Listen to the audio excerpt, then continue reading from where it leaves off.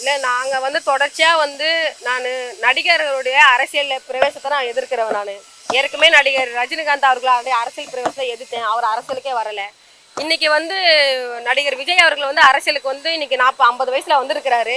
இதுக்கு முன்னாடி எந்த போராட்ட காலத்துல நடிகர் விஜய் அவர்களை நான் பார்த்ததும் கிடையாது. அவர் எந்த மக்களுக்காக அவர் போராடினாரும் தெரியல. ஏற்கனவே இலங்கை தமிழர்கள் படுகொலையில வந்து ஒரே ஒரு போராட்டத்துல 500 ரூபாய் மொய் எடுத்துட்டு போனாரு.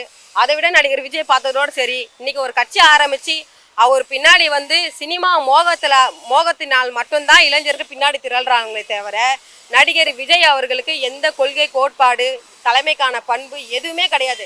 நீங்கள் நேராக ஏசி கேரவனில் ஏறி உக்காடுறீங்க, வண்டியிலே போறீங்க. இது ஒரு பிரச்சார பயணமா? இது பிரச்சார பயணம்னா எம்ஜிஆர் அவர்கள், அறிஞர் அண்ணா அவர்கள், முத்தமிழ் கலைஞர் கருணாநிதி அவர்கள் அவங்களுடைய பிரச்சார பயணத்தில் நீங்கள் பார்த்துருக்கிறீங்களா?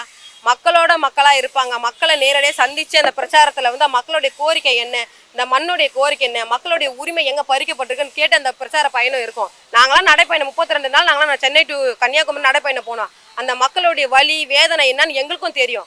நீங்கள் நேராக ஏசி கேரவனில் பிஎன்டபிள்யூ கேரவனில் நேராக வருவீங்களா, டாட்டா காமிப்பீங்களா, பாய் பாய் காமிப்பீங்களா? இதில் வேற அந்த கூட்டத்தில் பாருங்கள், நான் நடிகர் விஜய் அவர்களே நேரில் பார்த்துட்டேன். எனக்கு அந்த மன திருப்தி சந்தோஷம்னு அழுதுங்க. இதில் என்ன கொள்கை இருக்குது? ஒரு தலைவனை பார்த்தா தலைவன் வந்து என்ன கொள்கை என்ன கோட்பாடோடு அவன் முன்னெடுத்து செல்கிறானோ அந்த போராட்டம் வலிமை பெறும். நடிகர் விஜய் அவர்கள் வந்து என்ன போராட்டத்தை முன்னெடுக்கிறாரு, மக்களுக்கு என்ன சொல்ல வராரு? அவர் பேசுறது 10 நிமிஷம். அந்த 10 நிமிஷமும் வந்து எழுதி எழுதி கொடுத்தோன்னா கேமரா ஆன் பண்ண ஆக்ஷன் அங்கே சினிமாவில் என்ன நடிக்கிறாரோ அது ஆக்ஷன் கேமரா முன்னாடி 10 நிமிஷம் வாசிச்சுட்டு போயிடுறாரு. ஒரு கொள்கை ரீதியான தலைவன், ஒரு கோட்பாடு உள்ள ஒரு தலைவன், மக்களுக்கு நீ என்ன செய்ய வரதுன்றதை உன்னோட செயல்பாடு பேச்சு உன்னோட நடத்திலே தெரிஞ்சிடும். அவர் என்ன செய்ய அவர் என்ன இப்போ ஷூட்டிங்கும் நடத்திட்டு இருக்காரு. இன்னைக்கு திருச்சியில் சுற்றுப்பயணன்றது, திருச்சியில் வந்து அவர் நடிகர் விஜய் அவர்கள் வந்து ஏதோ ஒரு ஜனநாயக திரைப்படம் ஏதோ ரிலீஸ் ஆக போகுதுன்னு கேள்விப்பட்டேன். அந்த திரைப்படத்துக்கு ஏதோ வந்து ஒரு ஷூட்டிங் ஸ்பாட் பேர் அவர் ரெடி பண்ணுறாரு. அதாவது சொல்லுவாங்களா, விசில் அடிச்சாங்க குஞ்சுங்க தெரியுங்களா? அவங்க பின்னாடி போகிறது எல்லாமே விசில் அடிச்சாங்க குஞ்சுங்க தான். அந்த தம்பி தங்கமாருங்க எல்லாருமே வந்து படித்து இன்னைக்கு வந்து தமிழ்நாட்டில் இன்னைக்கு படிச்சியும் எவ்வளோ டிகிரி யூஜி பிஜி முடிச்ச தம்பிங்க எல்லாம் இன்னைக்கு வேலை வாய்ப்பு இல்லாமல் கஞ்சா புழக்கத்துக்கு அடிமையாகி இன்னைக்கு எல்லாம் வேலை பண்ணி இன்னைக்கு வந்து கூலிப்படையில் போயிட்டு சேர்ந்து இன்னைக்கு சிறையை நிரப்பின்னு இருக்காங்க. ஏன்னா இது போல் நடிகர் பின்னாடி போனால் சிறையை தான் நிரப்ப முடியுமே தவிர கோட்டையும் பார்லிமெண்ட்டெல்லாம் நிரப்ப முடியாது.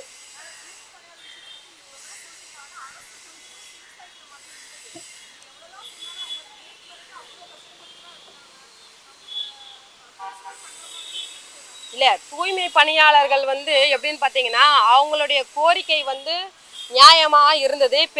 பேச்சுவார்த்தை நடத்தப்பட்டது. அந்த பேச்சுவார்த்தையில் ஒரு சிலர் பேச்சுவார்த்தை உடன்பட்டு வந்தாங்க. அதில் இந்த பிஜேபி கட்சி நடிகைகளை அனுப்பிச்சு அவங்க மூல செலவை செஞ்சு ஒரு டீமாக இருந்த போராட்ட குழுவினர் வந்து ஒற்றுமையாக இருந்த அந்த குழுவில் அவங்க ஒரு 4 பிரித்து விட்டாங்க, பிரெயின் வாஷ் பண்ணி.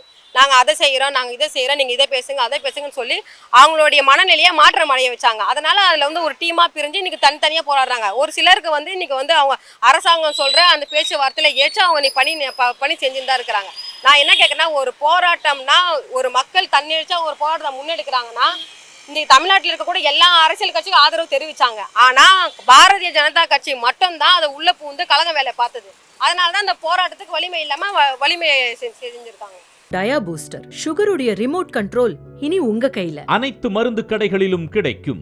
செய்திகளை உடனுக்குடன் தெரிந்து கொள்ள கீழ்கண்ட கேபிள் மற்றும் டிடிஹெச் நெட்வொர்க்குகளில் எம்நாடு செய்தி தொலைக்காட்சியை காணுங்கள். பாதகம் செய்பவரை கண்டால் நாம் பயம் கொள்ளலாகாது பாப்பா.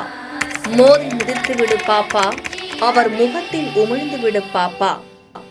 அண்மை செய்திகளை உடனுக்குடன் தெரிந்து கொள்ள இணைந்திருங்கள் எம்நாடு தொலைக்காட்சியுடன்.